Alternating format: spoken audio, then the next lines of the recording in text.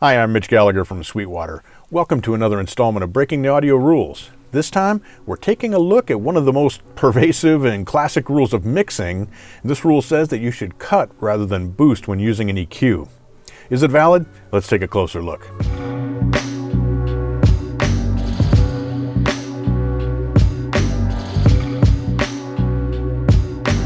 With an EQ, of course, the idea is that you're boosting or cutting a certain range of frequencies, either to correct for a problem in a signal or to achieve a specific tone that you want or need.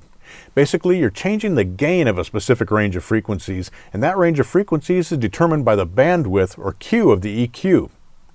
This sets how wide of a band of frequencies you're boosting or cutting when you change the gain control. The idea of changing the gain of a range of frequencies is one reason why this rule came about. Boosting the gain of certain frequencies eats into the headroom of a mixer channel or processor in the same way that changing the gain for the whole signal does. Too much boosting in an EQ can result in distortion, particularly on transients. And for live sound work, boosting frequencies can be problematic because it can cause feedback problems with open mics and stage monitors. Of course, if you're using in-ear monitors or you have a low stage volume, this may not be a big deal for you. Still, there is some reason to abide by the rule here, if only to maintain headroom. Second, with some EQs, particularly analog EQs, boosting the gain can mess with the phase in a signal. And if there's a lot of phase stuff going on when you boost, it can become audible. So with those EQs, cutting can be cleaner than boosting.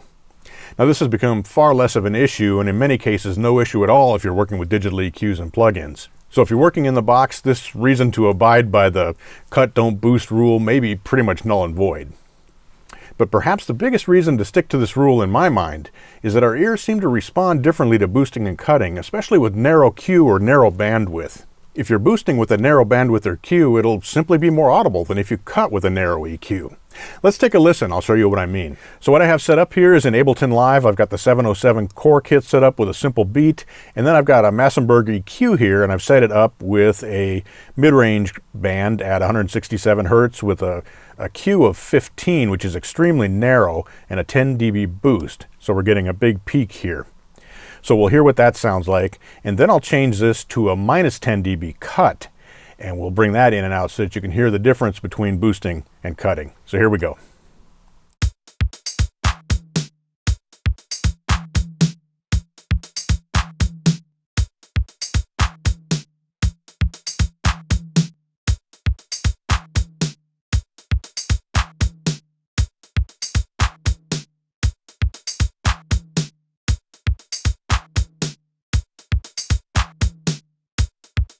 So what I'm hearing there is a real resonant peak when we have that 10 dB boost at 167 Hertz, but I'm not hearing near as much of an audible cut when we're pulling that down by 10 dB. There's just not that resonance to it. It just doesn't seem to spike out into your ears. And this is just to demonstrate that boosting with a narrow Q is much more audible than cutting with a narrow Q. So for surgical or corrective EQ applications, generally it sounds better to cut rather than boost an EQ band. In fact, there's another related audio rule that's appropriate to discuss here, and this is to boost wide and cut narrow. This means that if you're boosting frequencies, a wide bandwidth works fine, but if you need to do surgical or corrective EQ, cutting usually sounds better. Let's take a listen to that.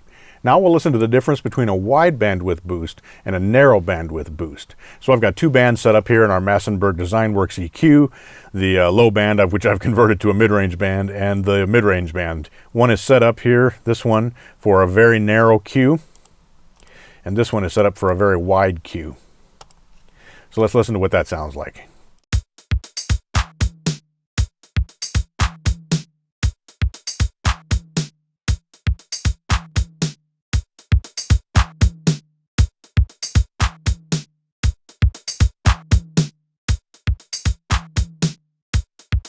Even though the wide bandwidth boost is much more audible because we're working over a much wider range of frequencies, it's not as peaky. It doesn't seem to cut into my ears as much as using that narrow boost. So there's quite a difference there. And if you combine that with a boost, a cut, both of them wide, it's going to be a much smoother result. I do find that following this related rule gives good results when mixing. I think of it this way. Use EQ boost to make up for missing or low-level frequencies that need to be restored. Use cut when you need to reduce too much of a certain frequency. So if a guitar tone, for example, is thin and scoop sounding, a broad, wide EQ boost will work to restore those missing frequencies and fatten up the signal. But if a particular frequency is harsh or ringing or resonating too much, or that same guitar sounds boomy, cutting those frequencies will probably give better results than trying to boost around the problem. To look at it another way, for overall broad shaping of a sound as opposed to correcting for a problem, either cut or boost can work.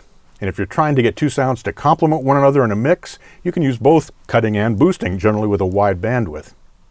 For example, maybe you want to carve out the mid-range in a keyboard track to allow a vocal track space to be heard. You might also boost frequencies in the vocal in that same range to help it cut through the mix, so they're complementing one another. So where have we landed here with this rule about cutting rather than boosting with EQ? Here's my take on it.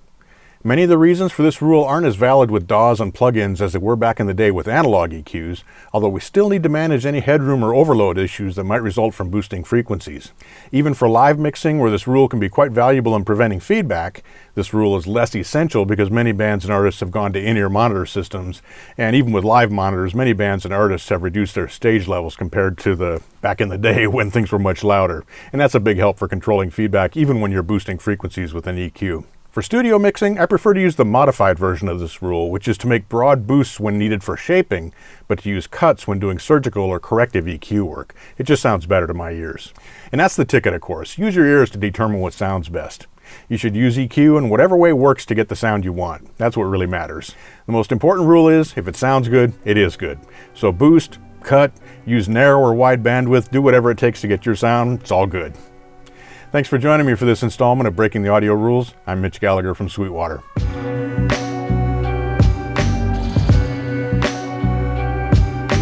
Thanks for watching. Be sure to like, comment, and subscribe. Click here for more videos like this, or start at sweetwater.com for all your music instrument and pro audio needs.